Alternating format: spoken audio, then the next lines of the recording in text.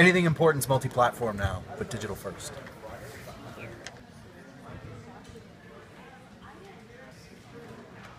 Millions of clicks every week. And of course, this is the medium where we're growing the audience that is going to be with us the longest. I think like cbc.ca is a very important national resource. I think like in many cases we're the front page of Canada. Knowing that your work goes out and is read by like thousands or tens of thousands of people is intimidating and also really cool.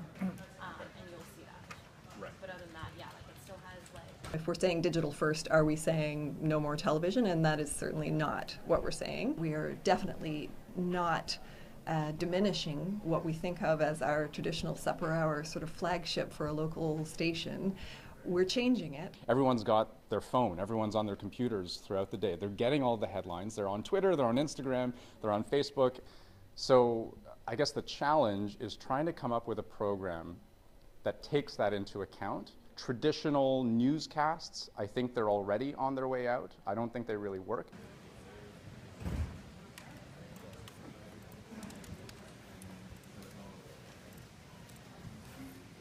We're going to UBC. They're in the middle of constructing what could be the world's tallest wooden building. I think it's about 53 stories high, or 53 meters tall.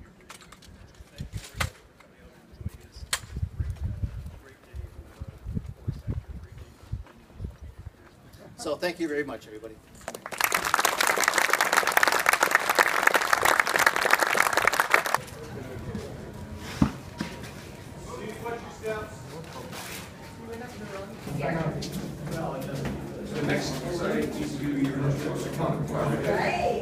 So how do you think that went? Good. I think good. There's always a feeling of, did I get enough? I don't know. I'm always like, oh, maybe did I get everything I needed? And then you go back and you usually do. It's 18 stories high and costs $51.5 million to build. Now, our Tina Lovegreen actually managed to get a tour of this building, and so you saw this whole thing up and down. That's right. Despite the construction being ahead of schedule by 4 months, we had to take the stairs. We had to climb the concrete stairs because the elevator wasn't ready. And so we climbed the stairs. We finally got to a floor where you got to see a lot of exposed wood. Tina Lovegreen, thanks so much. You're welcome.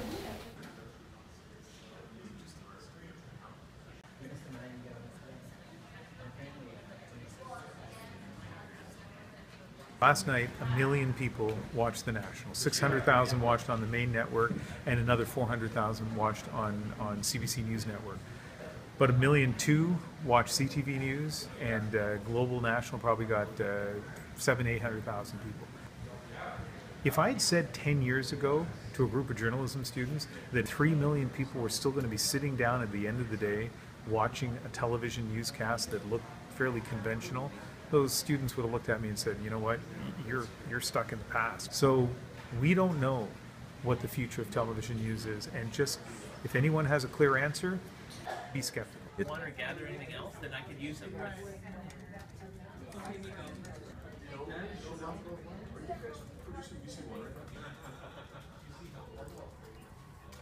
We strive for it, for sure. It's more so also about integrating, right? Just integrating all the different platforms and making sure that we support the TV side, but the TV side also supports us. We're still trying to figure out in terms of exactly that crossover and pushing from one platform to another, how effective that is and how we can do it better and faster.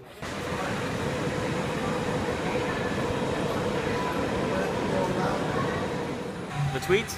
Yeah, that's a new part of the job now. So, you know, when you do get on scene, you usually take a picture, tell people that we are here in their community.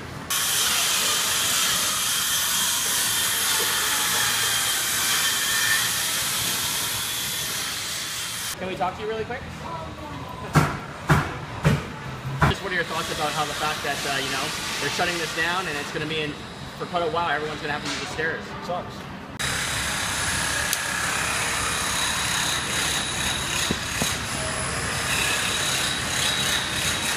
I just keep one in my bag. You know, we're a visual medium, so you always want to try to find different ways of telling a story. And if you can, you know, tell it with a low-angle shot going up the stairs, I can use this to follow people's feet. It's got a nice wide-angle lens on it. So, yeah, it helps.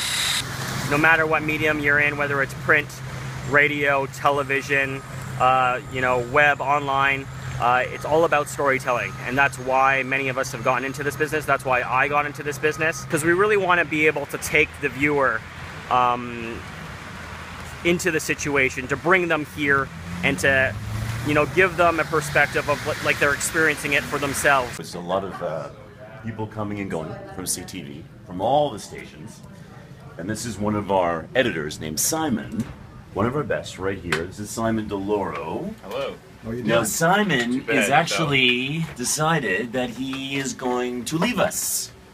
No longer going to be in this industry. Well, in the industry, but not in news. Why? Conventional television, especially news, isn't what it used to be, you know, 20, 30, 40 years ago. People don't get their news sitting down at dinner hour like they used to. Who's to say that I would have a job in 5, 10, 20 years? More than ever, when I was in BCIT, they told us learn different crafts. Know a bunch of them. We need that more than ever now. Editing, shooting, writing, storytelling. Yeah. Just what shape, we don't know. People have been predicting the death of conventional broadcast mediums as long as I can remember. When I was a BCIT student, one of the seminars at a BC Association of Broadcasters conference was the death of radio, which was back in about 1995, apparently imminent. And radio's never been stronger. The state of the industry, I would say, in one word, is uncertain.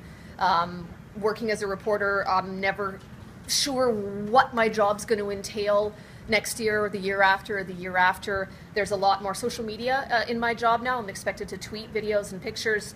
That's often how information is first broadcast from the field now. We don't hold stories for 6 anymore. It doesn't work. If we're live somewhere, if we're out in the field and we see something, we pick up our phone, we tweet it, and we get it on our website instantly.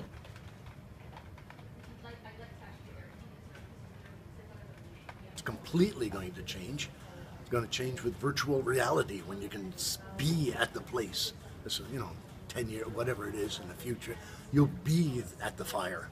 It'll grow, it'll change, it'll evolve. The same thing happened probably when Gutenberg made his press.